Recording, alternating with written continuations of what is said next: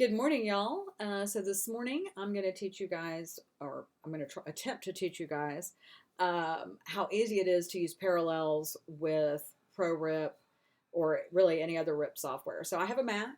I've had a Mac for years. The MacBook that I'm using, I bought in early 2015. I have had zero problems. I've never had a virus, nothing.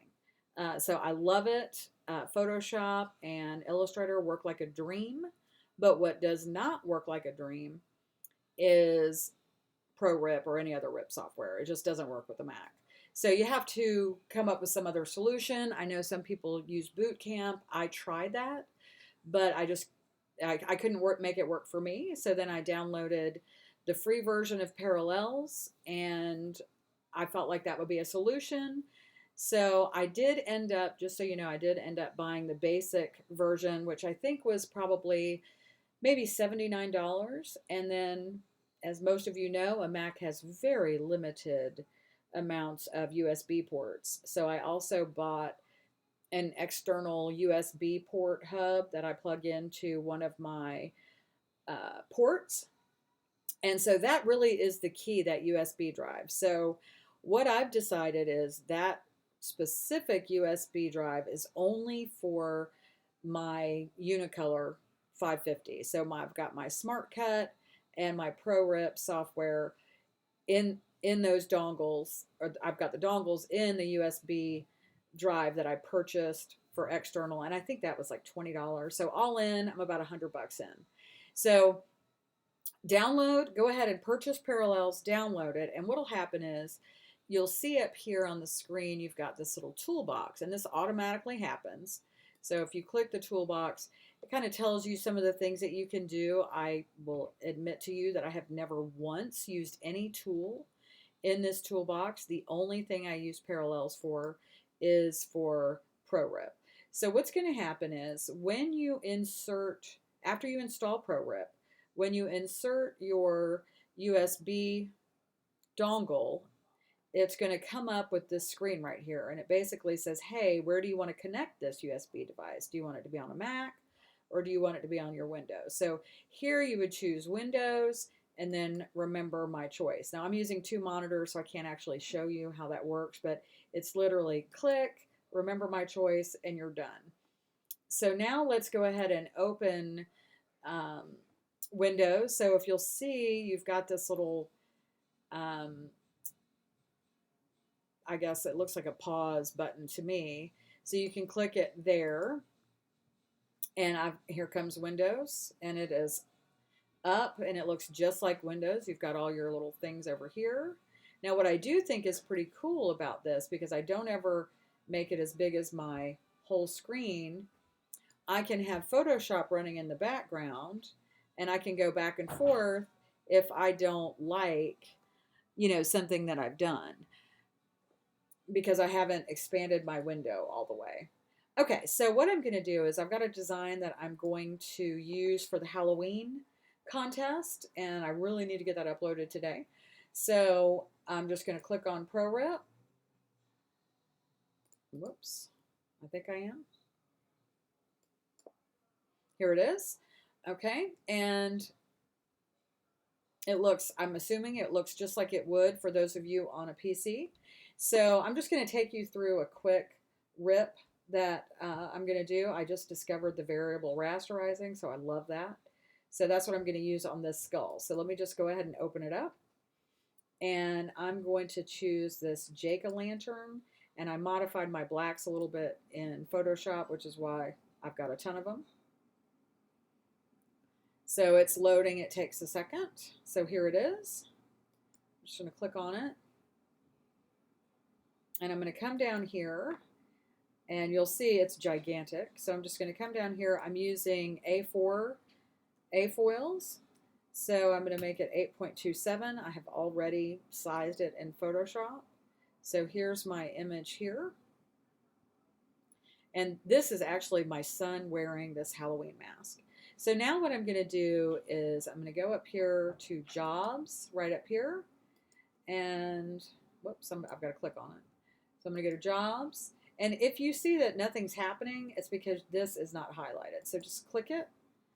Now jobs, and I'm going to go down here to production plugins, knock me black out. So this is the standard setting right here. I don't, I think I want a little more of this to show up. So I'm going to adjust my midtones just a little bit. And you'll see that it's getting darker down here in this area. And I was noticing that I was getting just a little too much gray. So I'm going to go ahead and just reduce those midtones. And so if we put the shirt color in here, now you can see, let's try and make this a little bit bigger. So if you look here, now you can see more of this hooded section.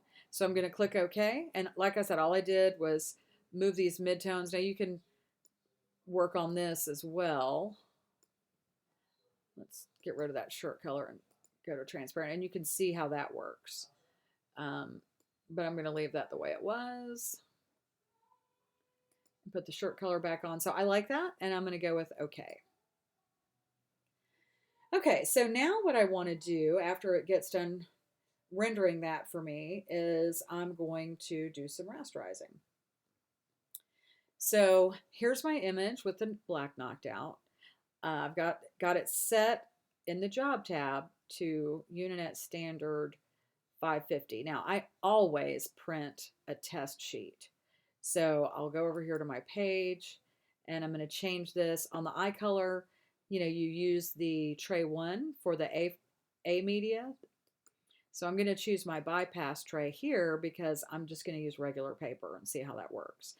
I use black paper, so I'm going to go over here and I'm going to just choose color and go forward. Now, if I wanted to print it to where I could see the image perfectly, I would change my Q and I would do it as white as an overprint instead of an underprint. I'm sorry, I would do it as an underprint instead of an overprint. But here I'm just checking to see what it looks like. So, okay, so now I'm going to go over here to job because I've got this all set. And because it's 8.5 by 11, let me just go ahead and change that. And then I'll go back over here to job and I'm going to just center that on this design right here on the page by clicking this center on the page button. And it's too long, obviously. So what I'll do there is I'll just, let me make that a little bit smaller and smaller still.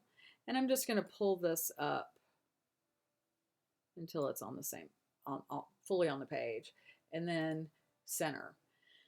Okay, so that's done. Now I'm going to go ahead and open this color adjust button. And I'm going to change my whites to 185. And I'm going to change my dot size. So I'm going to use variable rasterizing here. So I'm going to try 210 and see what that gives me. And I always leave my whole size now at 0.7. But when I first started, I just could not get the mirroring process down. And so I backed that, made that bigger at 0.65. So to the left, the holes are bigger. See? Even though it looks like they would be smaller. And to the right, they're smaller. So I'm going to just use 0.7. And I'm also going to increase my saturation because this picture needs it. It's really colorful. So I'm going to go over here too and make this a 6. And I'm going to click OK. I'm leaving my choke to 3. I'm just going to click OK there. And now I'll go up here and there's 2 ways you can get to, setting the shape of the rasterization. So you can either go up here to jobs, properties, and then this panel comes up, or I like to do this better. I just double click on the image and then the same screen pops up. So I'm going to go over here to color layer, ink removal, and I'm going to do 28.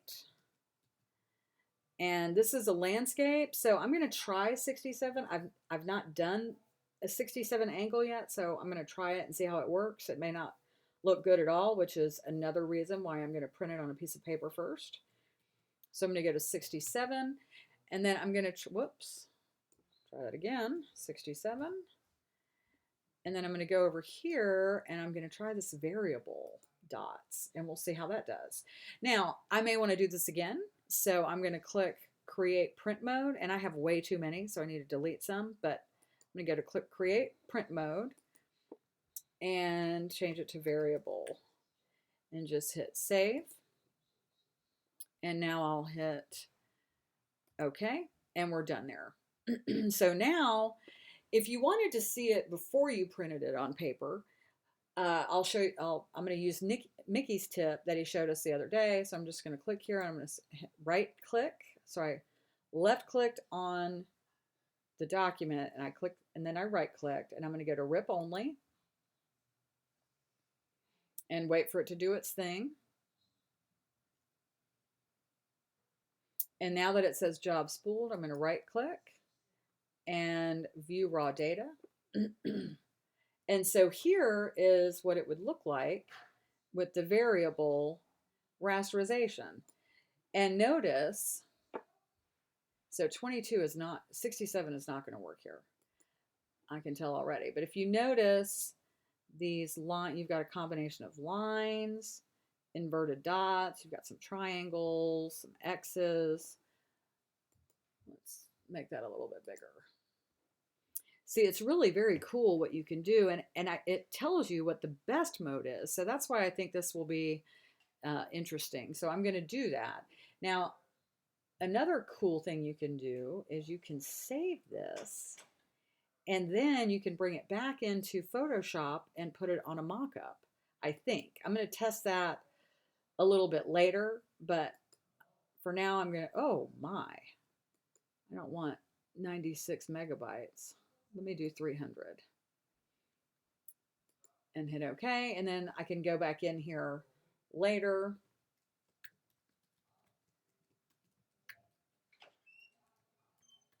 and see if I can put that on a mock-up. So again, oops. Let's go to my,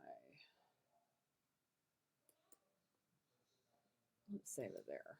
Let's see if I can save it. Okay, there it is. So basically that's what this video is about. So I did this on parallels and it was a snap. Let's go back over here. And then, well, I tell you what, so then I'll just go ahead and let you know. So now I can just hit print. And now it's going to print out the sample so I can make sure it works. And that's all you have to do. Thanks so much. I hope this helped.